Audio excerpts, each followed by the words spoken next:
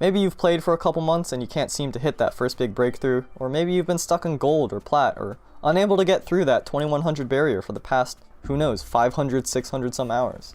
Every time you try and improve, it seems like nothing sticks, and you really just don't know what to do. Playing ranked, or even just the thought of playing ranked, it gives you anxiety. It makes the experience stressful and unenjoyable, and yet, for some reason, you still just keep going back. You keep playing ranked again and again and again, and it kind of feels like you're just slamming your head against a wall, and the wall will never come down. If any of that resonates with you, then I'm happy to hear it, because, okay, well, I'm not happy, because that sucks. I've been there, I'm still there at times, but happy in the sense that it means I'm on the right track with something. For the past 2 months, I've been working to hopefully show you that you don't need to keep slamming your head against a wall, because there's actually a doorway. There's a doorway just out of sight if you give yourself the chance to look for it.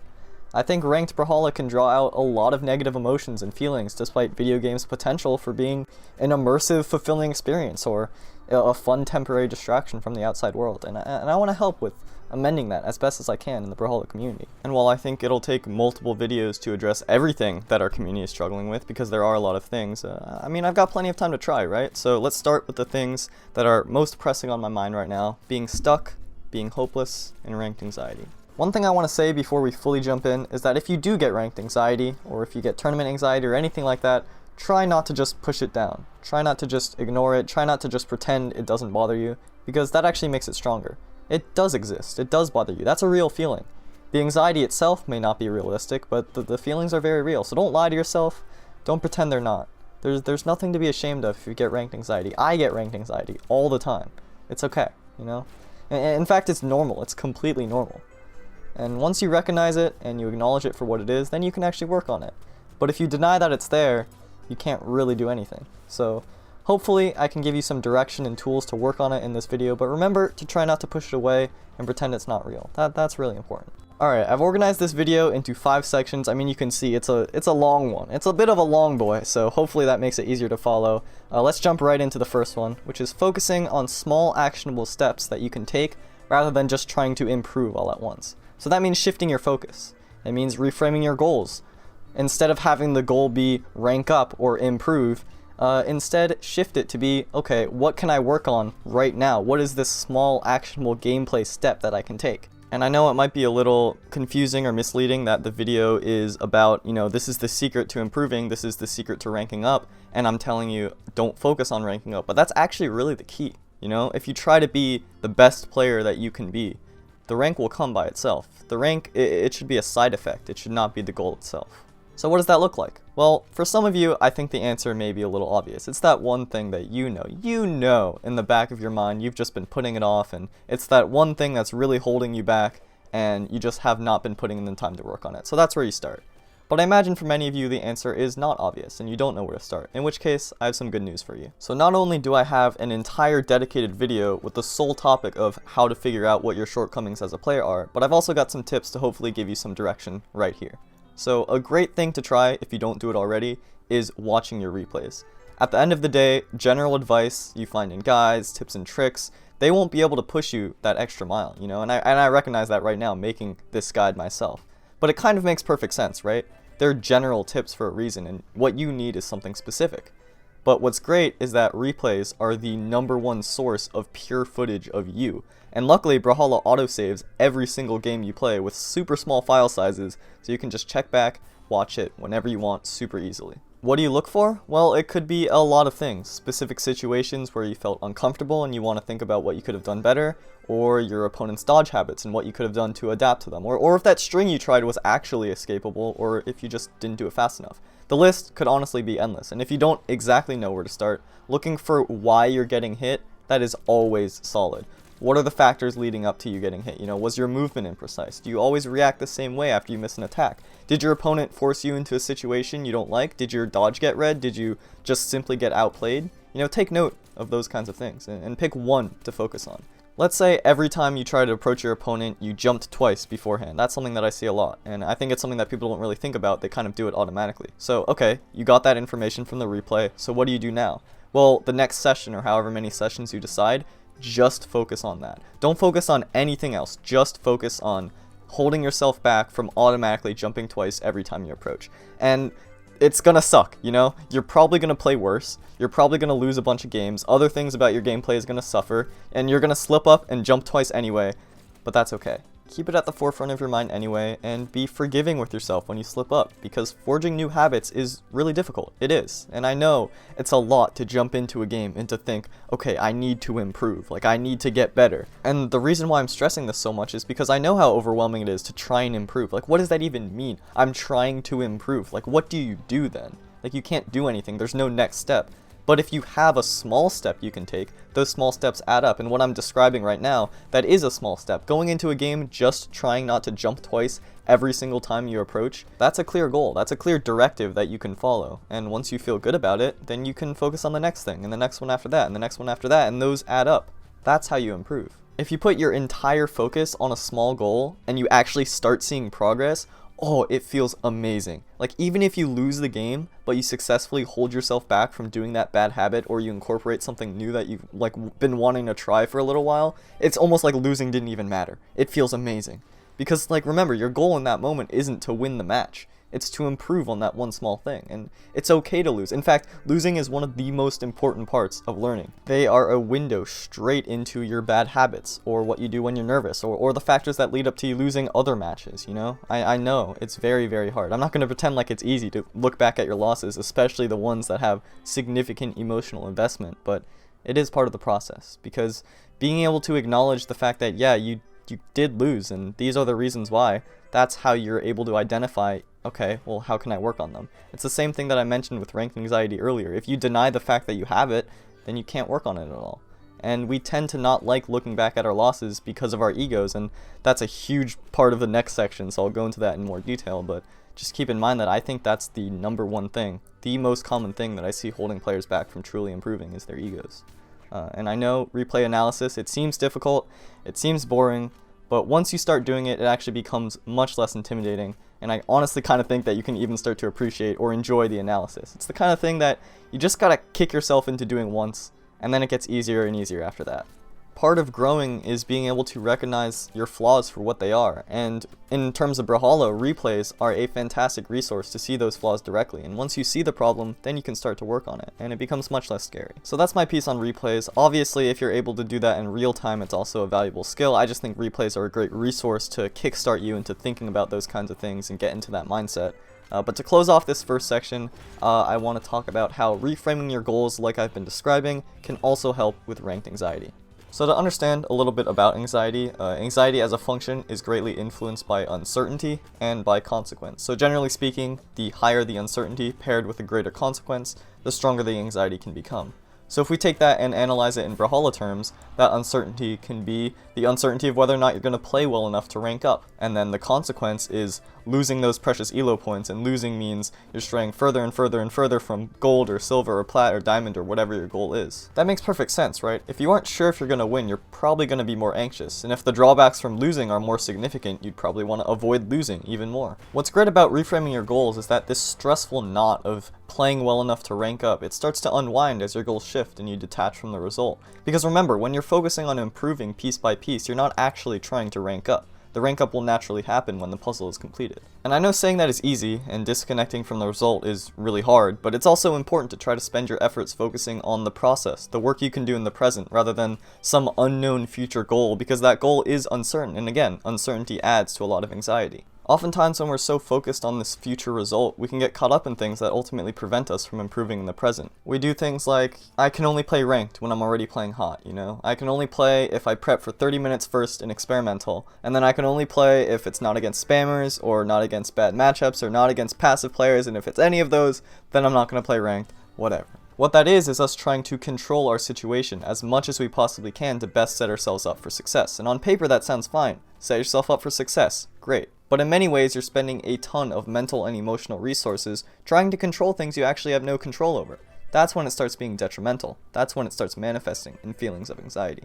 you can't actually control if you're going to be playing hot in the next game. You can't control if you're going to win the next one to make it a win streak. You can't control what legend your opponent plays, and you can't control how they play them. The only thing you can actually control is whatever action you're doing right now, and that's pretty much it. You know, you might be thinking like, oh, if I do this movement and I do this attack, the opponent dodges because they were forced to dodge. I controlled them to dodge. Or, you know, if I just played better, then I would have won, you know?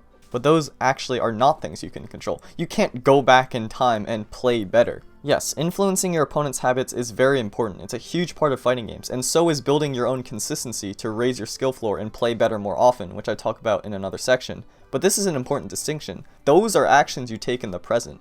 The anxiety builds up when it's hyper-focused on the future. You know, it's one thing to have your goal be, I'm going into this match with the goal of forcing my opponent into the corner, and then make them uncomfortable and they will possibly dodge in. That's one thing. It's another thing to be like, oh, I hope my opponent dodges in, because then I can win this match, and then I can rank up, you know? You can see how the second example relies on a lot more uncertainty than the first, right? The first still does have some, you know? End of the day, whether your opponent dodges or not, that's up to them, that's not up to you, but it's also focusing on what you can do in the present moment. The second example is explicitly concerned with the uncontrollable. It's focused not on the things that you can do, but the things that may happen to you. And that's what a lot of us trying to set up the perfect conditions to rank up is. It's trying to control if you're going to get a win streak, or not queuing because of the chance there might be a Scarlet, or a Ryan, or a player that can drop you down 17 elo. It's trying to control the future. I know, it kind of sounds ridiculous when I put it like that, but that's what it is, and that's what can bubble up into a lot of anxiety. Although it sounds paradoxical, accepting that you actually can't control some of those things reduces that anxiety, or at least it can. If you think about it, we're spending all that mental energy and going down all those what-if thought trains because we're trying to 100% ensure the result. But if we accept that the result isn't certain, which it isn't, then we don't need to do that anymore. We don't need to spend all those mental resources producing all those anxious thoughts, and those mental resources can then be redirected to whatever your small goal is. Again, like I mentioned before, none of this is easy. Accepting that things are uncontrollable is scary, it's harrowing to face. If that's even the right word, I don't know how to pronounce that word, but it can be helpful. It really can. I mean, it's helped me a lot. I hope it's helpful for you. But I should quickly mention that the term anxiety, we tend to think of it as just a purely negative thing, which it isn't. English is not the best language when it comes to talking about this stuff, and I'll get into this in a later section, so keep that in the back of your head for now, but anxiety is not inherently a bad thing. Okay, so I touched briefly upon how uncertainty of the outcome can lead to anxiety, and reframing your goals can help reduce that uncertainty, which in turn reduces the anxiety. So now let's talk about the other thing, consequence, the consequence of losing. Losing sucks. It sucks really badly, especially if you're pouring your heart and your soul into something. What's nice is that reframing your goals can also help with the added consequence of losing. There will always be a consequence of losing, but sometimes we create more of a consequence than there actually is. This is part of why I like reframing your goals, because it's like a huge buff you can try to give to yourself, you know? It can help you as a player, and it can help your anxiety in-game, and maybe if you apply the skills you learned in Brawlhalla to other things in your life, it can help your anxiety out-of-game. But that's beside the point. In many ways, your efforts to control are manifestations of the fear of losing. The reason you want to eliminate the uncertainty of the outcome at all is because you want to avoid losing, because losing means ranking down, maybe getting flamed in post-game chat and by your friends, which means all that effort was gone to waste, and then you're left with the dready suckiness that comes with a rough loss, plus all of this other stuff. And that's why reframing your goals can help, because all of this other stuff isn't necessarily needed. Yes, the loss will always be dready and sucky, but it doesn't have to be that bad. The higher the consequence of losing, the greater the fear of losing becomes. But what if the consequence of losing is not all of those things? Well, then the need to control the uncontrollable goes down. If your goal is not to avoid a loss, but instead to improve on one thing in the moment, then it's easier to see the match as a stepping stone for your own personal growth. That is a much lower consequence than the definitive marker of your skill and your value because you're this rank at this moment. Your anxiety won't need to creep up if the source of the anxiety is no longer your primary focus. And again, I'm gonna say it's very difficult. It's difficult to detach from the results, but it is something to focus on. Anxiety is a symptom of our body actually trying to help us. But if it feels like it doesn't need to help us, then it won't need to start. And, you know, that's very simplified, but it's the general idea. So, to wrap this section up, remember, ranking up isn't the goal. Improving isn't the goal. The goal is doing that one thing that you decided to do for yourself today. Ranking up or improving, that might be a possible side effect of it, and so is ranking down or feeling less skilled, you know? That's kind of what happens when you learn new things. But that's okay, it's part of the process. Don't practice with the intent of ranking up. Practice with the intent of practicing. Alright, let's move on.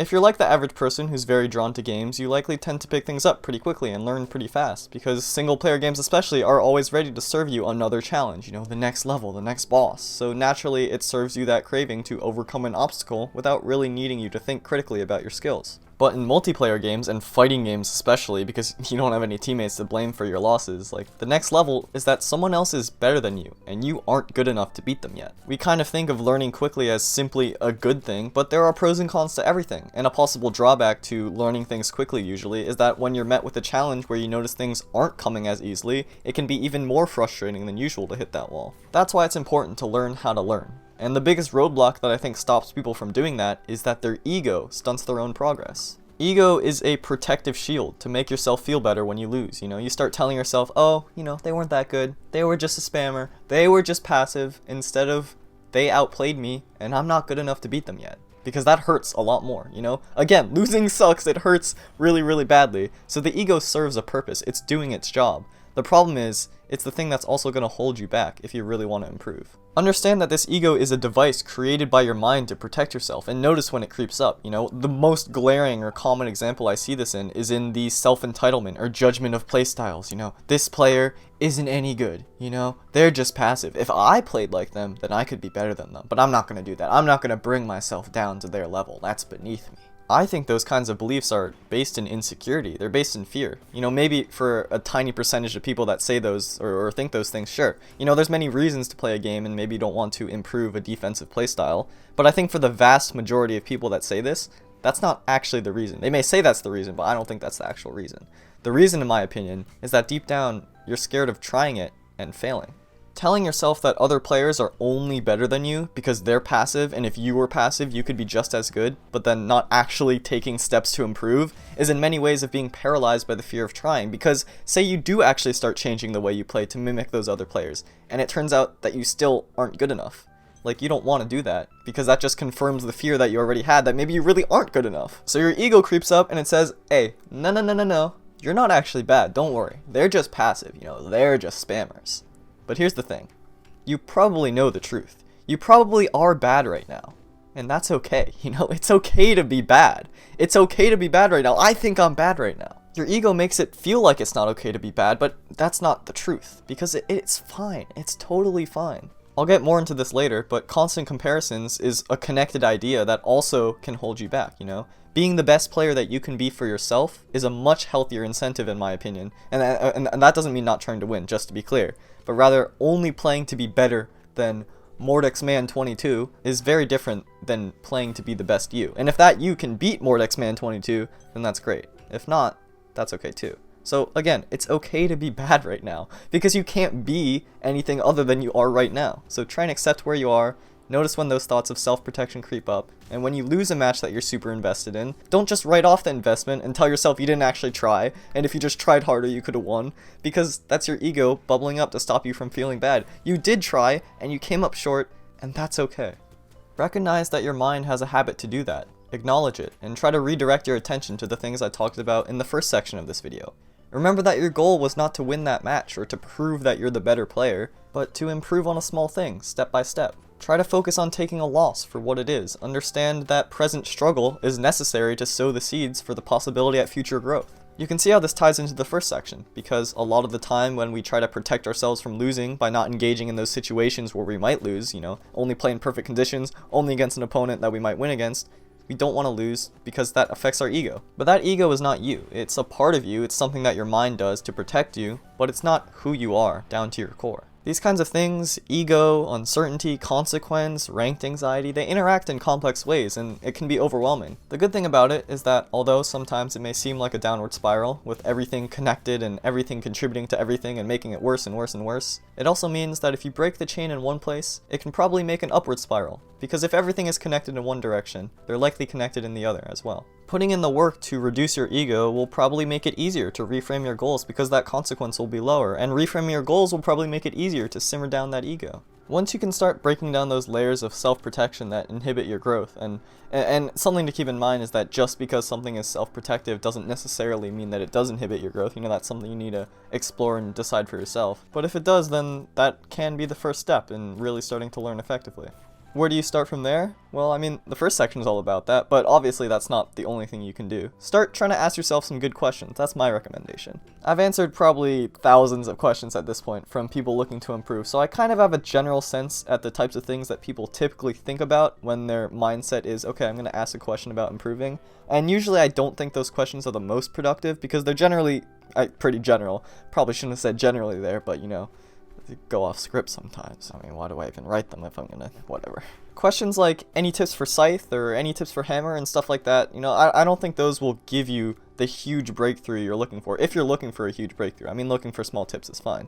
But if you're looking for that difference maker, I mean, maybe it will, but in my opinion, that's pretty unlikely. Because the answer you're gonna get is based on the question you ask, and the question you ask is not really accurate to what your problem is. You know, any tips is way too general because it is general. You know, it's intimidating to tackle and it's not tailored enough to you. And a good alternative to that could be, you know, what am I specifically struggling with when I play Scythe in this situation, in this scenario, and how can I start working on that? And then building a question off from that. I mean, that could be the question. And the answer might not be clear because that takes trial and discovery and probably failing. Probably a lot of failing. But that failure also will build up your confidence as a player, so, you know, I get into that later. Identifying your specific problems, it's not always going to be obvious. Sometimes you drop a downlight Sayer and yeah, that's an obvious thing to work on, but sometimes you may have a lot of bad habits that you get away with because you still win games, and then because you're not aware of those bad habits, they become ingrained into your play and hold you back. It's like you're being rewarded for doing bad habits because you're still winning the game. Those things are very difficult to notice. Take some time to step back and think. Ask yourself, am I doing this because I think it's the best thing to do right now, or because I just automatically did it without thinking? Having automatic habits is completely fine. Don't get me wrong. If you didn't have them, every time you go into a new match, you're gonna have to think, oh, okay, then my then spacebar is the jump button, and then I go ASD to move around, and W is, I don't know what W. Like, every time you go into a match, you need to rethink everything. Again, automatic habits, it's how you filter out information and focus on what's important. But just think critically, situation by situation. Is this something that I'm okay with, or is it not something I'm okay with? And work from there. So that's one concept about learning. Taking a step back, critically analyzing yourself, and asking yourself good questions. I also want to talk about another concept, yet. And it's a big concept in learning for many reasons, but I'll just talk about a couple points here. The first thing is that yet is important because it's an acknowledgement of where you are in the present. I'm not good at gauntlets yet. There's no ego there, there's no self-protection, it's acceptance of the present, and that's big, that's really big. Yet also offers opportunity, motivation, perspective. There's a big difference between saying I'm not good at gauntlets and I'm not good at gauntlets yet. Saying I'm not good at gauntlets is acceptance, yeah, but it also ends right there. You can't move anywhere, you're rigid. I'm just not good. But that yet makes you flexible, it gives you the chance to do something about it. So give yourself that chance, allow yourself to have it yet, and be patient, because improvement takes time. Having good practice regimens is also an important aspect of learning, especially for things that require putting in pure hours. If you've ever played an instrument or lifted weights, you know how important repetitions are in order to build that consistency or muscle over time. And I know it can be boring to practice hitting orbs sidelight Sayer 50 times in a row against a bot in training mode, but it's also important if you want to be able to land it when it matters. Being able to set time for yourself to have dedicated practice is a skill you can learn, and attention span is something that you can also build over time. If you're just grinding combos or movement over and over and over, you're bound to get bored. You're bound to want to divert your attention elsewhere to a YouTube video or Twitch stream or ranked or audiobook or something, but try to catch yourself in those moments and redirect your attention back to the task at hand without any judgment for the fact that you got distracted, because being distracted is very easy. Doing so will not only build up that attention span and help you retain your focus, but it's literally a practice to help people's mental health and mental well-being. So while we were talking earlier about how reframing your goals is a kind of buff because it can help with multiple things at once, this is a similar thing. If you focus on developing the skill of being able to sit down and focus on one task at hand and not get your attention diverted elsewhere, and if it does, you bring it back to whatever you're focusing on, like yes, obviously, that can help with hitting orb sidelight Sayer over and over in training mode and focusing on your gameplay, but you know, also those late night study sessions, you don't want to get distracted by your phone. You go back to looking at lo-fi hip-hop chill beats to relax and study to. Just don't do it now. Just finish this video first, please. Non-judgment is a huge part of being able to learn efficiently, so it's a very valuable skill to train. Oftentimes a mental roadblock we run into is how much we judge ourselves for not learning something easily or quickly as other people can, and that can demoralize us from actually trying. But it's okay to be where you are right now. I mean, it's just where you are, and judging yourself for not being in another place, I mean, you can't be in another place. It's impossible. You can only be where you are right now, so, you know, it's fine. Just gotta work with what you got, you know? I know I just said you know twice, but we're gonna pretend that didn't happen and move past it to the next topic, which is that you also just have to play sometimes. I know the feeling of anxiety and fear of losing holding you back from playing. I know that feeling very well. But it's important to try and work through it, because you can't get better at playing if you never play. If the online queues are too overwhelming, or even if they're not, I heavily recommend trying to find someone to spar, a sparring partner. Consistently playing against someone that's also trying to improve is one of the best things you can do for yourself. It's the story behind so many top players' roots in fighting games all around the world. And I really do know it can be super daunting, but if you're able to, try to put yourself out there and ping a sparring channel on a public Discord server to play, and take it as a learning experience. Who knows, you might even make a good friend out of it. That'd be great. That's the story behind a lot of top Brawlhalla players. You know, I've been talking a lot about side effects about ranking up. You know, focus on the best player you can be in the rank up will come. Focus on sparring people and you might make a good friend out of it. If you don't have someone to spar with, or you're too nervous to ask, that's completely understandable. I also recommend trying to play ranked as if you're sparring, which I know is very difficult. If you can, try and detach from the elo numbers, close the chat so you don't get distracted, and go into every match not trying to win, but trying to learn. Because that's what the goal of sparring really is. Ranked is great for a lot of reasons. You can play people worse than you, better than you, and around your level, all of which are valuable. Try to take advantage of that if you can, because it's a great opportunity to be exposed to lots of different playstyles. One of the common things I see people talk about is that they've beaten a diamond or a plat player but are stuck in gold, and they can't really wrap their heads around that. And it kind of makes sense, right? If you beat a diamond, you shouldn't be stuck in gold. But things aren't that simple. People have different playstyles and different experience, off days and on days. You might be used to your diamond friend's habits so you can squeeze out a game, but not the general meta of gold. You'll get that information from Ranked. Ranked can be your introduction to the common strats people use at varying levels of play, and as you play more and more people with intentional practice, it becomes easier to notice the patterns between different players' decision making. And again, remember, your goal is no longer to rank up. Your goal is to work on something in the moment, and the rank up may come from that. Taking notes can also be something to implement if you're not sure what to do. This is something that helps me in particular because my mind jumps all over the place and I forget things super quickly, which I'm sure you're familiar with if you've watched like any of my videos probably, including this one. But just the act of writing literally solidifies things in your memory because of how you have to manipulate the information to get it on the page or the Google Doc. Okay, I don't mean solidify like it's permanently in there, like you got photographic memory. I just mean it's better than just keeping it in your head. That was probably obvious. I'm kind of dumb. Taking notes also helps you focus on one thing at a time. Improvement can be overwhelming, and you don't want to forget any gold nugget or light bulb moment, but then you've also got the specific thing you're trying to focus on in the moment, so it can be this huge jumble in your head of, okay, I want to do this where I don't jump twice, but then I don't want to do the thing where I edge guard, and then I don't want to, but then the orb sidelights there, and then it's just like, oh my, like, those nuggets, they just get lost. But if you write it down, you can always refer back to the nugget later, like once you've made progress on maybe not jumping twice or not doing that edge guard thing. I don't know why I keep saying nugget. I think I'm really hungry. It's 2 in the morning. Please help. Taking notes can also create a catalog for yourself to look back whenever you find yourself demotivated and hitting a wall once again, because that's kind of how improvement goes. There are those walls. I won't get into the neuroscience of it too much because I don't want to bore you, but a specific part of our brain has developed to focus heavily on mistakes and negativities as a survival mechanism. It's not an inherently bad thing, but the byproduct is that it can be easy to get caught up in negative loops where you're only focusing on the bad and not the potential good, like how far you've come at this point. Sure, you might be stuck and you might not be able to rank up, but I actually think that's very impressive. And I hope that doesn't sound like I'm being condescending or sarcastic at all. I genuinely think that's impressive because you're still trying despite all evidence of your ability to rank up seemingly pointing in the opposite direction. And I hope with this video you can see now that the evidence doesn't actually point in the opposite direction, but I'm sure that's how you felt and how you may feel right now. Like, you don't know what to do, you don't think you can ever rank up, and then you still try and do it anyway. Like, don't you realize how impressive that is? That is badass. I really hope I don't get demonetized for saying that. I don't think I will, but yeah, you're in a motorcycle. You're a Harley Davidson derby. You're donning a leather jacket with a flag toting, tater tot toting. You're killing it. Another thing that holds people back from trying to learn something is that they believe they don't have talent, because they notice other people doing things at a much faster rate, or it seems like they don't need to try nearly as hard. And sure, I can entertain that, maybe that's true, but I also believe that talent is one of the most overrated ideas in competitive environments. And it's a topic for an entire video, but I'll just give you a brief window into my thoughts on the topic. So the conventional definition of talent is that it's something you're just born with, which already I think is a bit of a dishonest, or not the full picture concept anyway, because we're not just our genetics, but we're the products of the interaction between what we're born with, our genetics, and the environment around us. So let me pose you this question. Let's say player A, we'll call them Speedy for simplicity's sake. They have what we would conventionally call talent. They picked up the game extremely fast, they started improving at a rapid rate, they play only 3 hours a week, but they still won their first tournament after a couple months. Player B, Sluggy, they're the complete opposite. They picked the game up slowly, they were stuck in gold for 500 hours and plat for another 600, they play 3 hours a day, and they won their first tournament after a couple years. Who has more talent?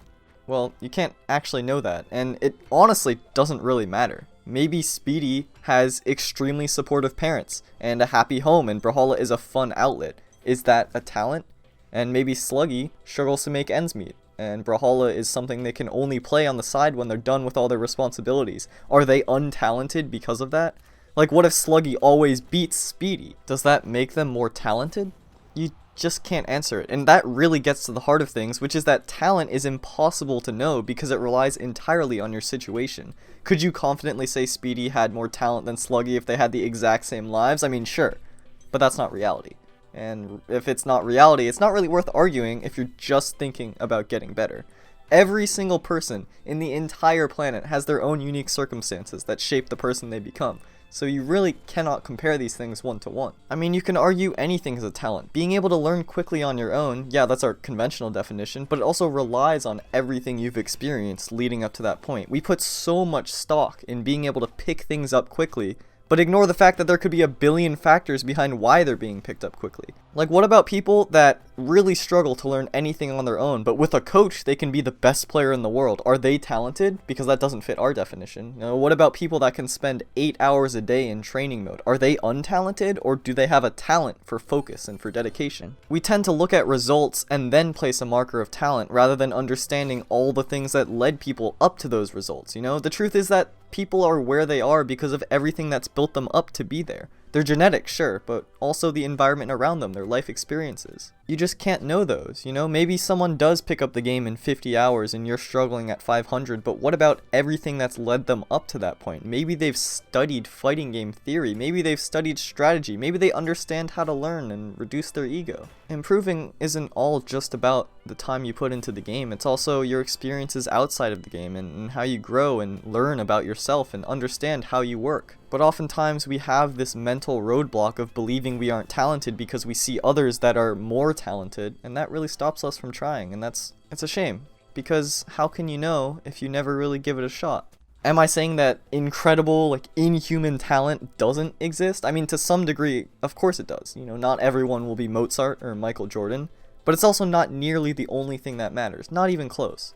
So don't let you stop yourself from trying just because you don't believe you have talent, alright? I know I'm just a voice in a video and kind of disembodied, I guess, but you've already watched this far, so might as well try, right? Can't hurt.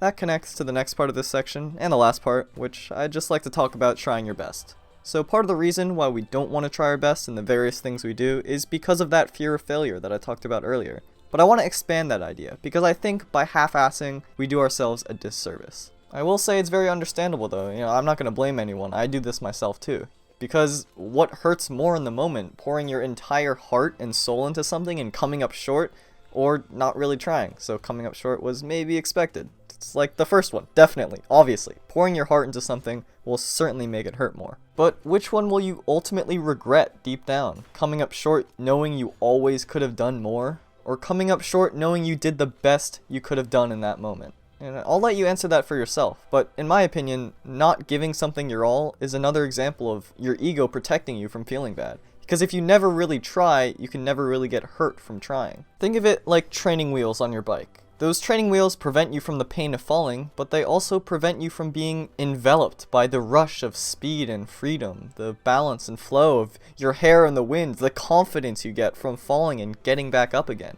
Doing something 100%, the reason why it's so cool is because you're willingly opening yourself up to the possibility of failure, the pain of coming up short, and then you still choose to do it anyway.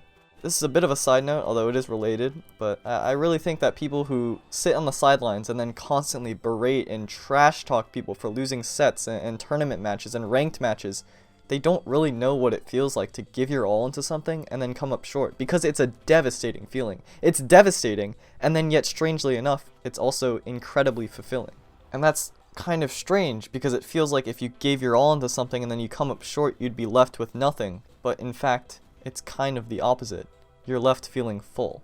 And I can't really explain that to you. You kind of just have to experience it for yourself. I genuinely believe if those, I don't know what else to say other than like trash talkers, and if you're one of those people, then maybe take some time to explore that and think about why that's something that you do. But if those people really did give their best shot at something, try 100% and come up short, I feel like they'd have so much more empathy for those that try to compete to the best of their ability, put themselves out there to be viewed on a public stage, and then lose.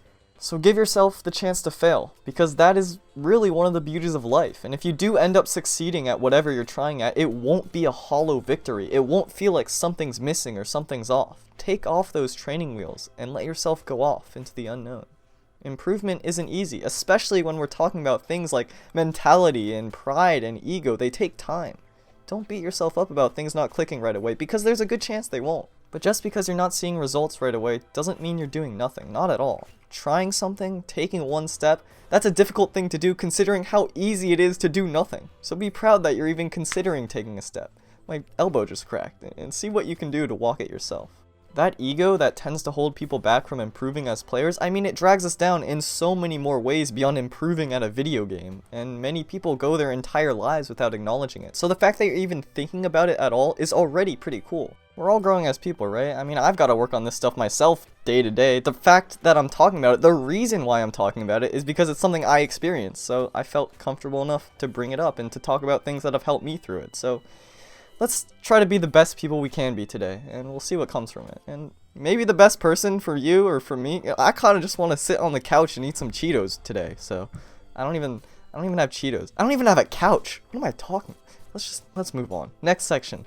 Building up your fundamentals. You probably hear about mastering fundamentals in every sport and game and instrument and everything like that, but why is it actually important for Brawlhalla? Why does it matter when you're too anxious to queue into a ranked game? Well, you can look at building up your fundamentals as building up your certainty. Competition is inherently uncertain. You never fully know who's going to win, and our body's response to that uncertainty is part of what makes it exciting. It's why gambling and lottos can get so addicting. That uncertainty, paired with the positive consequence of winning, that's exhilarating for our brains. Those same processes, though, can also lead to a great deal of anxiety about the result, and that's where mastering your fundamentals comes in, because that's reducing the uncertainty about yourself. Earlier, we talked about how uncertainty about the result of a game can lead to ranked anxiety because of us trying to control things we can't control, but now let's talk about things we actually can control. By making yourself the best player you can be in your own vacuum, you're reducing the uncertainty of your individual performance, and that's ultimately the only thing you actually do have some kind of control over.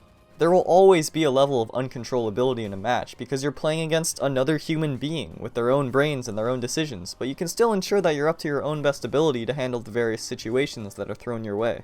Things like not panicking every time you hit a blaster's D-light that could win you the game, or being comfortable enough entering an edgeguard that could cap off a massive comeback you've been building. Fundamentals can include a bunch of things and will be individually focused for whatever you specifically might want to work on, so you'll know better than me. But I'll still toss in some examples to hopefully get you an idea of something you can work on. So it could be improving your defense. Do you notice that you always dodge a certain way, or that you tend to panic jump every time you whiff an attack? Maybe every time you dodge out of a guitar string, you try to attack right away, rather than thinking about resetting to neutral, and that just puts you in another guitar string, and another one, and then you're suddenly in the red. You know, those are things to take a look at. Another thing could be improving your edge guards and your recoveries, cleaning them up. You know, maybe every time you ground pound, you start it from way too high up so your opponent has enough time to react, and then you whiff your ground pounds. Maybe you always unarmed dare the moment you get knocked off stage despite more experienced players punishing you for it, or maybe you always pick the riskiest option that sends you far down and ends up getting you reversaled more often than not. Edge guards are super complicated and there's a ton of factors that go into them, so I just like to throw in this quick little concept for you to think about, a little nugget takeaway. A lot of people look at edge guards as just hitting the opponent to kill them,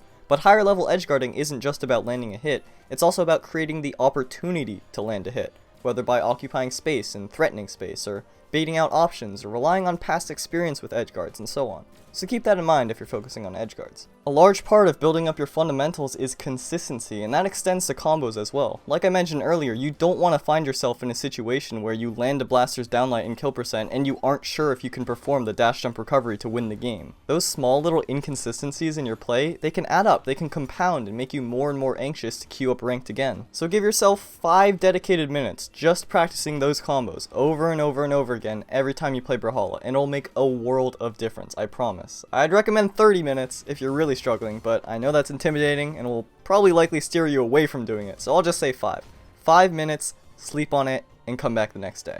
Learning about the spacing of your attacks, that's another thing that's often highlighted as a point to improve on, and I completely agree. Turning on hitboxes in training mode or in your replays to learn exactly where an attack lands can give you some insight, and having that insight be a specific focus during a play session can help you start to register the ranges of attacks automatically in your head. You know, oftentimes I see people getting extremely frustrated when an attack has a certain range and it barely hits them, or it feels like it shouldn't hit them, but from an analysis perspective where you're trying to improve, that isn't the most productive outlook. Try to instead accept what the hitboxes are in the moment and learn to play with them and around them, because you can't change them in that moment. The only thing you can do is try and work with them. An important part of this that I don't really see highlighted is understanding the spacing of your movement options. Refining movement is a huge part of improving as a player, but because it's kind of an abstract thing to think about, it's also something people struggle a lot with, me included. So a place to start is learning the spacing of your movements. How high do you go when you jump? How much freedom or air drift does your character have? How far do you go with a dash or a chase dodge? How far can you extend or restrict your movement with those options? How accurate are your fast falls? Do you know when you can and when you can't perform them? That's a big one right there. Fast falls are a huge part of moving efficiently.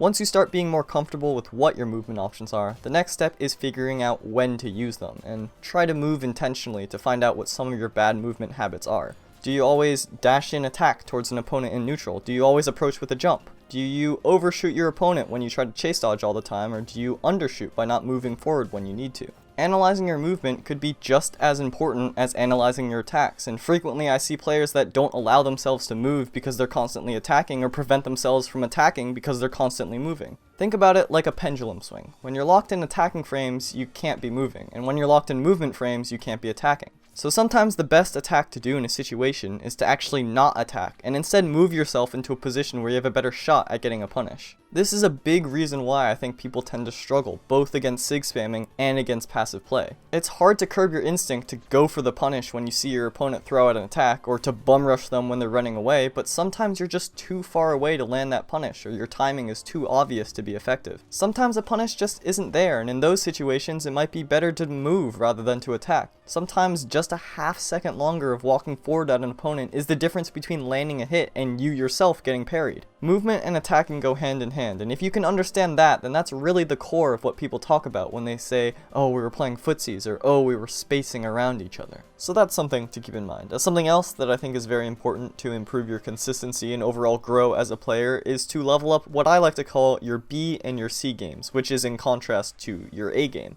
I have an entire casual commentary video for this one topic, and it's called Only Wushang Players Can See This Video, so check that out if you want to, if you're curious about my ramblings on the topic. But the general idea is that you won't always be playing at 100%. So building up consistency and identifying your bad habits when you're on one of your off days is important. Connecting back to a point in the first section where sometimes we only try to play ranked when we're at our best, you know, like only when we're on a hot streak, only when we reach our ceiling, blah blah blah, everything I was talking about there. Leveling up your B game can actually help with that. It can help with building confidence and lowering anxiety in those moments by raising your personal skill floor and giving you a reliable safety net of what you know you're capable of. If you really think about what consistency is, it's about being able to perform when you're not comfortable, being able to compete when you're at 50% or 60%, and you'll only really be able to build that if you play through your bad days and use them as learning opportunities. Again, I have an entire video on this topic, albeit it's a rambling video, so it's less organized, but I think I get the point across. There's obviously so much more that can go into fundamentals that I didn't touch on. Like another little mini tidbit of advice I like to give is to actively try to look at your opponents while you're playing, because that helps with reaction time and avoiding stray hits, as well as tracking movement and overall focusing. But yeah, this video is already as long as it is, so I only picked out a few things I thought could be helpful. So I'm just going to end this section off with some closing thoughts about improving from other players. So in my video where I talk about improving through replays, I mentioned this idea of becoming a sponge, soaking up information from other players and copying techniques to use for yourself. The reason that I mentioned it again here is that, like I talked about earlier, one of the things that I see holding people back the most is their ego, and often it's an ego of being superior to their opponents who use what they deem as less skillful moves or less skillful playstyles. I think a healthy way to look at things like playstyles is with the mindset of if it works, it works. And if it's something you don't want to use, that's perfectly okay, as long as it's an active decision you're making for yourself rather than a protective shield that your ego is putting up for you. If there are things other players are doing that you think you might want to incorporate into your own play, then go for it, you know? Don't let yourself be held back by that ego. Just go for it, and if it works out, great. And if it doesn't, great, you can try something else. Other players have a lot to offer. They're a window into skills that you can build up for yourself. So use those opportunities and feel free to copy, because in copying, you're making it your own anyway. Let's move on to the fourth section, which is about comparisons, confidence, and understanding how your rank is not your self-worth. That statement might seem logically obvious, but I think most people actually tend to do this way more than they realize. What is your worth, you know? Like, what is your value? It's a weird question, but generally speaking, we tend to associate it with our surroundings, our grades, our jobs, our external successes. It makes sense then that our accomplishments, like achieving a certain rank in Brawlhalla, would come with that. You may think you would be worth more if you were Diamond, but right now you're Plat, so you're not. Or if you got top 8 in a tournament, you'd be worth more, but now you're hard stuck top 32, so you're not. But I don't think that's your value. I think you have just as much value as a person, whether you're bronze, silver, plat, top 32, or the #1 power ranked player in the world. Why? Because I think your worth as a human isn't determined by those external things. Your worth is determined by who you are. Sure, our value system in the community is very much based on experience and rank and skill and all that, but try not to conflate that with your own personal worth. You are not a gold Brawlhalla player. You are a person who is gold in Brawlhalla. You might be thinking, like, why is he mentioning this? This is a weird thing to talk about, especially in a Brawlhalla improvement guide, but I actually think it's very connected to what I've been talking about so far. You probably remember at this point that uncertainty about the result has a big component in ranked anxiety, and so does consequence, which I haven't really mentioned in a little while. Consequence is an important piece of the puzzle because you wouldn't get anxious about the result if the result didn't matter to you. If you tossed a baseball up and down in your room, you don't get any anxiety about dropping it, because even if there's a chance that you drop it, you just pick it up again. But when you're at school and someone throws the baseball to you, maybe you do get a little anxious, because if you drop it then, you'll be embarrassed, because then they'll think you're a loser, and then they won't want to be friends with you, and then you'll be lonely, and then you'll be bullied, and then all these thoughts that our mind sometimes bombards us with. The higher the consequence, the more likely it is that your mind will start to get anxious. So bringing it back around, if you tie a lot of your self-worth to your rank, it makes sense that the thought of ranking down would give you a lot of anxiety. If you don't think you're as valuable when you're in silver compared to when you're in gold, then of course the thought of a loss streak would make you anxious. That's a high consequence for each match, and each match, remember, has an uncertain result. But I'm not just gonna sit here and tell you that, okay, this is maybe something that contributes to ranked anxiety. Like, what can you do about it? Well, you can do a few things. None of them are easy, but one thing I should quickly mention is that in reducing consequence, you're not trying to eliminate it, and that's important, so keep that in mind. There will always be a consequence for losing. That's part of competition. What we want to do is reduce those unhealthy consequences that we impose onto ourselves when we lose, because those can hold us back from growing. That's all. Okay, so maybe that makes sense. But then what can we actually do about it? How can we actually reduce those unhealthy consequences? Let's start with reducing comparisons. Constant comparisons to other people can make us feel worse about ourselves and our own value, and because it's well understood now on a societal level, I'll just use social media as an example. Looking at other people's lives or appearances or follower accounts and comparing it to our own can easily make us feel inadequate or insignificant compared to others, and in the same way it's easy to feel more important or more valuable or superior to others because you have more followers or engagement or monetization. And this is true in other things as well, but because social media is such a huge, easy access opening for those comparisons to be made, it's an obvious current example. It's very natural to fall into these things, for those thoughts to flood in, because social media is designed to be a system where your numbers are your value.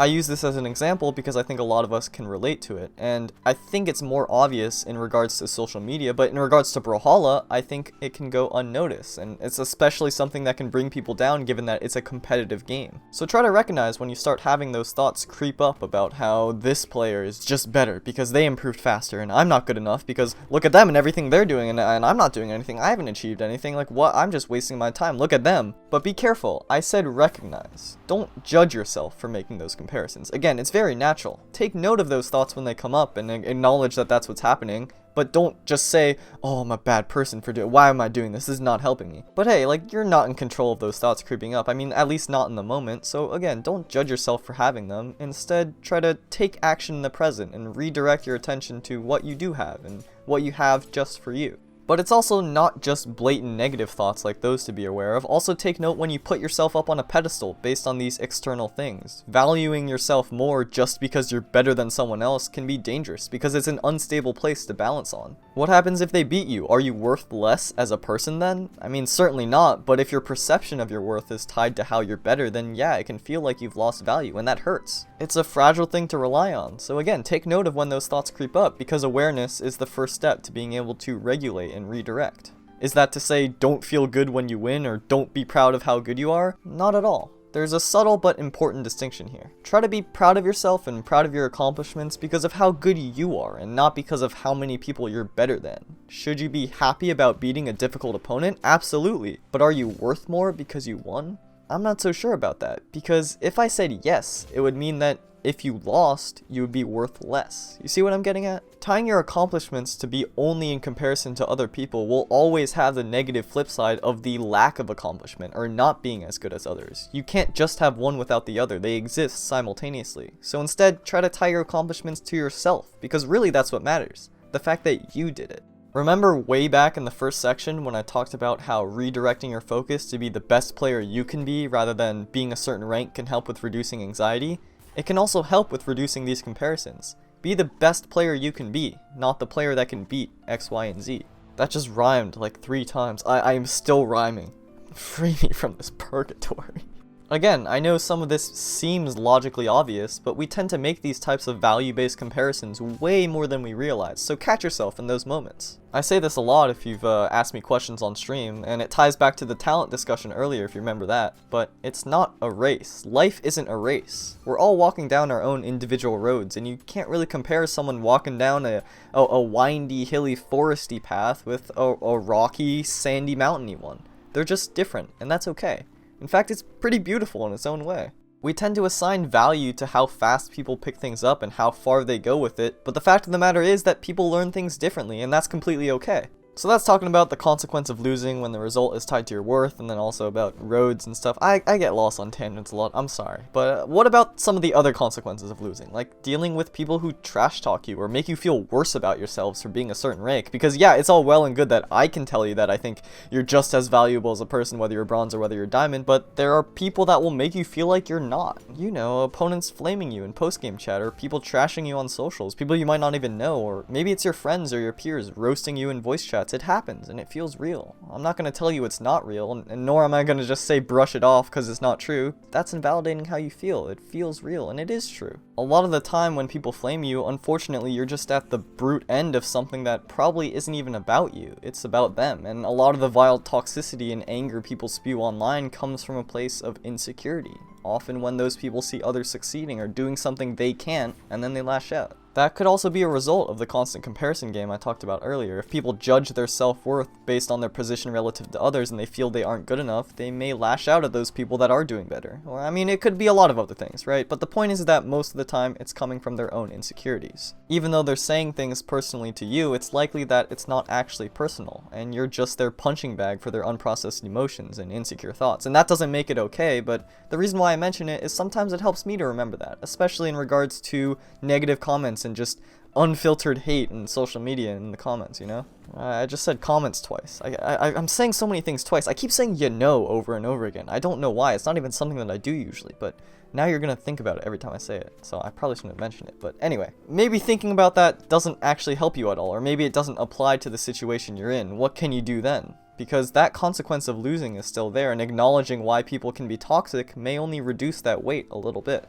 Well, there is another solution, and it's not easy, obviously, because it's building confidence. Confidence is something that allows you to have a grasp of who you are regardless of what other people think of you. It's knowing that after losing a game you aren't immediately a worse person or a worse player, that you're learning at your own pace with your own methods, that regardless if Hattori Slayer 24 calls you trash spammer, easy clap, bad game, you know where you're at, and you don't need to prove anything to them to feel better about yourself. That you are walking down your unique, windy, foresty road, and that it's okay to fall down. Other people may think you're bad, and that's okay, and other people may think you're good, and that's okay too. It's in some sense detaching from both of those, because you have your own inner sense of your worth. It doesn't matter whether someone thinks you're hopeless or have lots of potential or whatever, because you know where you are. Confidence is about having an inner understanding and acceptance of yourself, no matter those external factors around you. So in many ways, it's the opposite of that comparison trap we often find ourselves in. Part of why it's so difficult and everyone... Ow, I just pinched myself with a clothes hanger. Why am I playing with this? Let me put this down. Part of why it's so difficult and everyone struggles with it to varying degrees is that our brains are wired to think socially and compare. So how do you actually get there? I can talk about what confidence is, but how do you gain it? That's a loaded question, and it's one that I'm still actively working on myself every day. I mean, clearly, I'm pinching myself with clothes hangers by accident. But a place to start is recognizing when you make those comparisons, giving yourself time to think about who you are outside of them and accepting where you're at in the present. And more than anything, it's letting yourself fall down sometimes, because what builds confidence more than anything? It's failure. It's taking off those training wheels, if you remember that earlier analogy, and crashing into the curb and scraping your knees on the concrete and getting back up on that bike anyway. What ranked anxiety does is paralyze us from trying because of that fear of failure, that fear of crashing. I just pinched myself again. I'm putting this down for real this time. That's part of why I have such a big focus on ranked anxiety in this video. It freezes us up, it stops us from trying and stops us from succeeding and failing and everything that comes with that. It holds us back from growing that inner confidence, and it does such a good job of it that the ranked anxiety can become a feedback loop of itself. It can grow into a reward system. It can grow into a habit.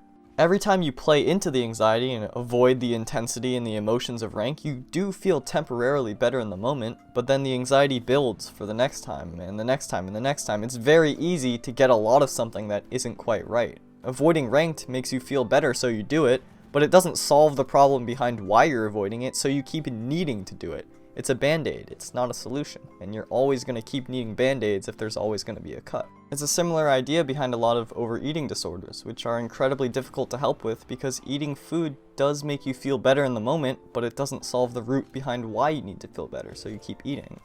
That's a bit of a generalization, but it's to illustrate the idea. In no way am I saying it's anywhere near as severe or difficult to deal with and handle as something like that, but I like using that example, and I want to use examples like that because it's to show that you are a real person and the things you experience in the game aren't just about the game. They also have representations and examples in the real world. Obviously, that's not the case for every time you don't play ranked, because sometimes you just don't want to play ranked. You don't want to invest those emotions in a given moment, and that's okay. The key is awareness. Anxiety can lead to avoidance, and being aware of that and making an active decision for yourself, whether you actually feel like not playing or whether you're avoiding playing because of fear, is important. For a lot of us, ranked anxiety has become that habit, and maybe by reducing it over time, it can be easier for us to notice that. But we do it because it benefits us in some way. It serves a purpose, which is making us feel better in the moment, making us feel like we have control. Habits can be really difficult for us to spot because of how we filter out that information, but I think if you look at it from a bird's eye view, the puzzle can start to fit together. I'm sure by this point, it's pretty clear that the 5 sections I chose to talk about today are pretty linked. They're pretty woven together in this intricate web, but if you never took a step back to think about it in that way, then it might have been invisibly lurking under the surface for a lot longer. It seems obvious now, but before it may not have. So take some time, give yourself the time to step back and notice some of the patterns in your behavior. Decide for yourself if that's something you're okay with in a given situation, or something that you didn't actually want to do.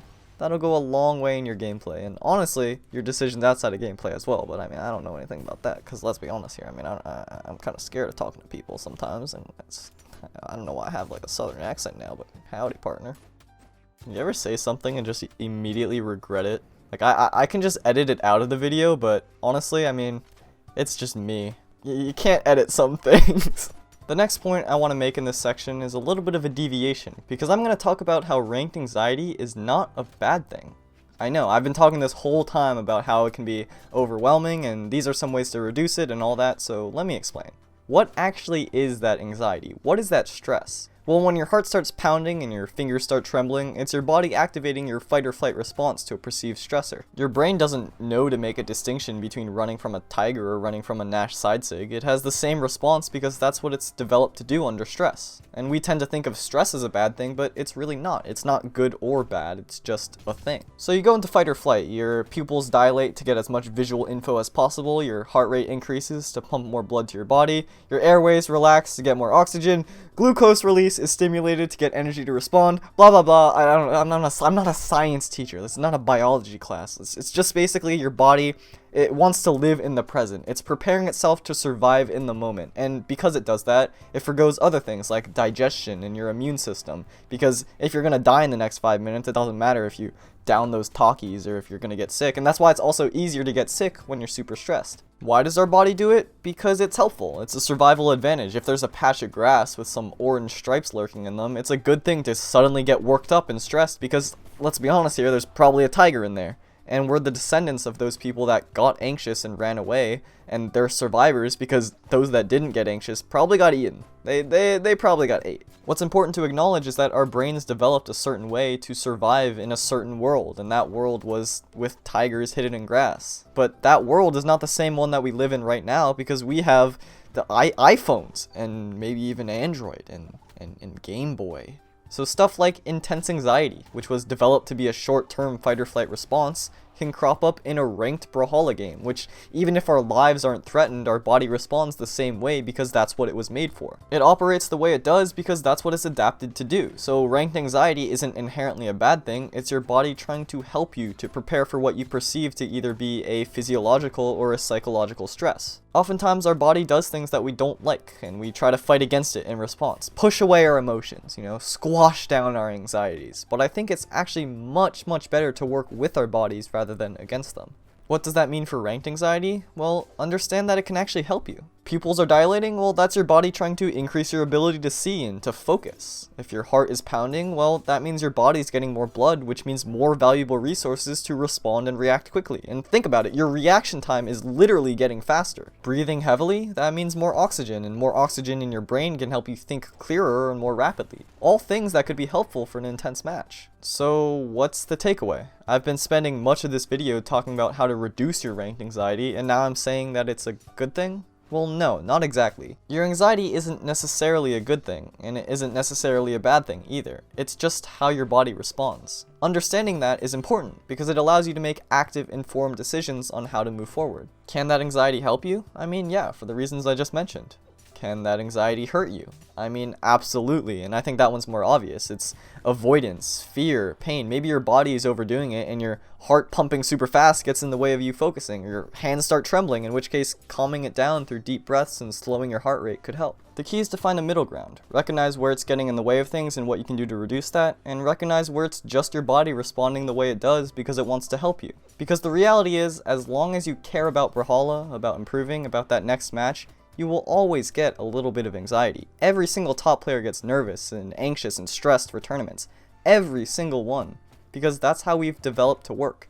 You're not weird or stupid for getting ranked anxiety. You are wonderfully normal. So hopefully I gave you sufficient enough tools to understand at least the basics of ranked anxiety, some techniques to try and reduce it when it's harmful for you, and accept it when it's helpful for you. Overall, I had such a big focus on things like ranked anxiety and ego and improving and stuff like that because I want to try and help you if I can. Help you have a healthier, happier experience with the game. So with that, let's move on to the final section of this video. Giving yourself time. Improvement is a gradual process, and you likely won't see grand changes right away. But what's important is to be forgiving and understanding with yourself when that happens. So it's kind of joked about that New Year's resolutions die in the first couple weeks, and that's kind of the trend with new habits in general. And a big reason for that is A, the goals aren't really actionable, which is what the first section of this video is about, and B, we are really hard on ourselves when we don't follow through, which is what I'm going to talk about right now. So a lot of the time when we start a new habit, we're really good about it in the beginning. Maybe you decided you're going to go for a long walk every day. You're genuinely excited and you do it those first 3 days, but on that 4th day you're tired and you're feeling like a couch potato and you really don't want to, so you don't, and that's fine. But what happens next is that you give up because you failed. And that means you didn't really start the habit, and it's overwhelming to try and start it up again and keep it up every single day, and it takes so much time, and you have to get new shoes, and then so on, and then the 5th day you don't do it, and then the 6th day you don't do it, and then soon it was just a 3-day stint of walking outside and not your new everyday hobby. Lots of our habits die like this. We forget or we lose the willpower a couple times, and then we end up relying on the habit of giving up rather than the habit of keep trying even if you forget. Because even if you do forget or you do lose willpower, it doesn't mean you've done nothing. Those 3 days outside were still something good you did for yourself, and just because it didn't turn into a perfect exercise habit doesn't mean it was pointless. Choosing to do something rather than doing nothing, that stops reactivating your habit of doing nothing, because it is a habit, and it also reinforces the new thing you want to do. Think about it like this, you're not erasing your old habits, you're just creating new ones to follow and making them stronger. Not following through is a deeply ingrained habit you've been practicing for a long time, so of course it's going to be hard to do new things. That makes sense. I mean, I do this all the time, it's very normal, so don't judge yourself for that. Recognize there's a good reason it's hard, and it's okay to forget or lose willpower sometimes. And every time you break out of that habit and you do try something new, that is awesome. I'm proud of you, because that's not easy to do. Again, following what you've always done is what you've always done, so yeah, it's going to be hard to break. But every little thing you do in spite of that makes a tiny little difference in your brain's neurochemistry, and those differences add up. So cut yourself some slack, give yourself some time, and really try not to judge yourself for things taking a while or falling short of your new routines. Maybe you practiced really hard and went 100% for 5 days and haven't done it again in 6 months. Okay, that's fine. What are you going to do about it today? It's kind of cheesy, but there's a saying that I think applies here, that the 1,000-mile journey begins with a single step. And what is that step? Well, it's whatever you're about to do right now. So be patient with yourself, forgiving with yourself, because you can't just improve every day for a month, but you can try to improve today, right now. And maybe that'll pile up to a month if you do that 30 times, and maybe it won't because you don't want to right now, and that's perfectly fine. We tend to set these expectations for ourselves that often lead to disappointment and a great deal of anxiety because the expectations are unreasonable, unreachable. It's easy to say this and much harder to act on it, but I'm going to say it anyway because I think it's important. If you can, try to remove those expectations for yourself because they're not actually real. Think about it. Those expectations are about a future you, a future thing you'll do, a future world you'll live in. But that's not you. That's not what you're doing. That's not the world that you do live in right now. The world you're in is the present. The thing you're doing is what you're actually doing, and the only person you are right now is you right now. Try not to let the imaginary you stop the real you from doing something real. Try to let go of those expectations of yourself and instead just do whatever you can right now, because that's enough. Taking breaks, days off, giving yourself time to relax and unwind and process, that's completely okay too. You don't need to focus on improving every second of every day. Growing is more than just expanding your skill set, it's also about understanding and accepting who you are. Be patient with yourself. I've said it before and I'm going to say it again. Don't judge yourself or give up when you fail. In fact, let yourself fail. You're going to run into walls along the way. Improvement isn't a linear thing, it's full of unexpected curves and dips, but I think you can do it. Even if you don't believe in yourself, I believe in you. And that might sound stupid because I don't know most of you, but it's what I truly think. Like, you got this. So as we come to a close here, I want to highlight a few of the key points that I talked about. Number 1, focus on small actionable steps that you can take. Rather than your goal being to just rank up, try shifting that to things that you can actually do right now. That may also help with your ranked anxiety because it can shift the consequence of a loss. Number 2, try to play with the mindset of learning rather than just always winning. Pay attention to when your ego starts creeping up to protect you and organize some good practice sessions. Remember that our perception of talent is not nearly the end-all be-all that we make it to be, so give it 100% anyway. Number 3, try to build up your fundamentals and think critically about the various aspects of your gameplay. Hone the parts of a match that you're in control of and acknowledge that there's a lot that you aren't, and that's okay. Number 4, remember that you are more than your rank, despite how challenging it may be to recognize that sometimes. Constant comparisons to other players and people can lead you down the path of undermining your personal worth or creating a fragile pedestal to stand on. Let yourself try and let yourself fail, because that will build confidence. And remember that your ranked anxiety isn't just a bad thing, nor is it just a good thing, but instead your body's response to what it perceives in the world.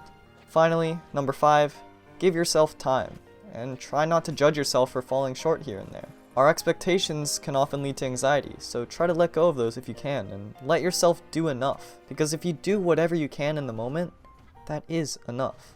So, as we wrap it all up, in the beginning of this video I said I've been working hard on it for the past 2 months, but that's honestly not even the full picture. This video has kind of been in the making for a full year. I started it last year, but then my computer broke, and then I didn't have one for 4 months, and then I had school for another 6 months, and here we are. You know, I think of bits and pieces to put in, and some things that I've been learning both in school and out of school have found its way into this guide, so I really wouldn't have it any other way.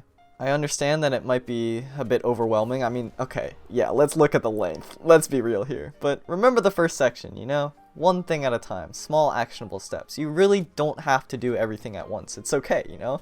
Do what you can today because that's really all you can do in the grand scheme of things. I hope you enjoyed. I hope it was helpful. I don't know if I'll ever make another like movie length guide like this, but I'm proud of what it is. I really am. So thank you for watching my video. Genuinely. I really appreciate it. I really do. Don't forget to drink some water and wash your face and drop a big dookie tomorrow morning. Remember that sleep is a magical thing, not just for improvement, but, you know, I mean definitely for improvement. So give yourself some time to relax and unwind and live in your own head for a little while to figure things out. You won't learn everything right away, and you won't learn everything in-game either, and I'm sure you've gathered that from what I've talked about. So, yeah, I'm just rambling at this point. Sometimes you just gotta let your mind run free, you know? Put down the controller for a little bit, or the keyboard, but obviously I've never used one of those, so I don't know anything about that.